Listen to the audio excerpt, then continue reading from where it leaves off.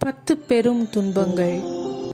மோசேயும் ஆரோனும் பார்வோனிடத்தில், என் மக்களை போகவிடு என்று இஸ்ரேலின் ஆண்டவர் சொல்லுகிறார் என்று கூறியதும், போகவிடாமல் அவர்களுடைய வேலையை இன்னும் அதிகமாக்கினான். அவன் செவி கொடுக்க மாட்டான் என்று ஆண்டவர் முன்னமே சொல்லியிருந்தார். பார்வோன் தொடர்ந்து அவர்களை போக விடாதிருக்கையில் ஆண்டவர் 10 பெரும் துன்பங்களை எகிப்தில் வர பண்ணி, தான் எகிப்தின் தேவர்களிலும் வல்லமையுள்ள ஆண்டவர் என்று பார்வோன் அறியும்படி செய்தார். ஆண்டவர் நைல் நதியை இரத்தமாகும்படி செய்தார். ஆனாலும் பார்வோன் இஸ்ரேலரை போக விடவில்லை. ஆண்டவர் எகிப்து முழுவதும் தவளைகள் வரும்படி செய்தார்.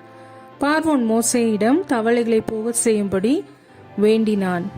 ஆனால் அவைகள் மரித்து போன பின்பு பார்வோன் தன்னுடைய இருதயத்தை கடினப்படுத்தி இஸ்ரேலரை போக விடவில்லை. எனவே ஆண்டவர் எகிப்து முழுவதும் கொசுக்கள் வரும்படி செய்தார். பின்பு ஈக்களையும் வரும்படி செய்தார். பார்வோன் மோசே, ஆரோன் என்பவர்களை அழைத்து, இந்த துன்பங்களை நிறுத்தினால் இஸ்ரேலர்கள் எகிப்திலிருந்து போகலாம் என்றான். மோசே செபித்த போது ஆண்டவர் துன்பங்களை நிறுத்தினார். ஆனால் பார்வோன் தன்னுடைய இருதயத்தை கடினப்படுத்தி அவர்களை போக விடவில்லை. பின்பு ஆண்டவர் எகிப்தியரின் கால்நடைகளை எல்லாம் நோயினால் சாகும்படி செய்தார். ஆனாலும் பார்வோனின் இருதயம் கடினப்பட்டு இஸ்ரேலரை போக விடவில்லை. பின்பு ஆண்டவர் பார்வோனுக்கு முன்பாக சாம்பலை காற்றில் தூவும்படி கூறினார். அவன் அப்படி செய்தபோது கொப்புளங்கள் உண்டாகி வழி நிறைந்த பொன்கள் எகிப்தியரின் மேல் மட்டும் வரும்படி செய்தார். ஆண்டவர் பார்வோனின் இருதயத்தை கடினப்படுத்தியதினால் அவன் இஸ்ரேல் மக்களை போகவிடவில்லை. ஆனால் அதற்கு பின்பு ஆண்டவர் கல்மழையை வரும்படி செய்தார். அது எகிப்தின் எல்லா பயிர்களையும் அழித்து போட்டது.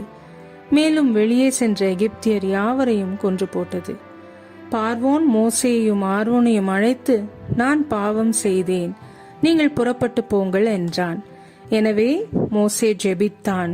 வானத்திலிருந்து பெய்த கல்மழை நின்றது. ஆனால் பார்வோன் மீண்டும் பாவம் செய்து அவனுடைய இருதயத்தை கடினப்படுத்தி இஸ்ரேலரை போக விடவில்லை. எனவே ஆண்டவர் திரளான வெட்டுக்கிளிகளை எகிப்து முழுவதும் வரும்படி செய்தார். அது கல்மழையினால் அழியாத எல்லா பயிர்களையும் தின்று போட்டது. பின்பு ஆண்டவர் எகிப்தியரின் மேல் கடும் இருளை வர பண்ணினார். அது 3 நாட்கள் இருந்ததினால் தங்கள் வீடுகளிலிருந்து வெளியே போக முடியாதிருந்தது. ஆனால் இஸ்ரேலர்கள் இருந்த இடத்தில் வெளிச்சமாக இருந்தது.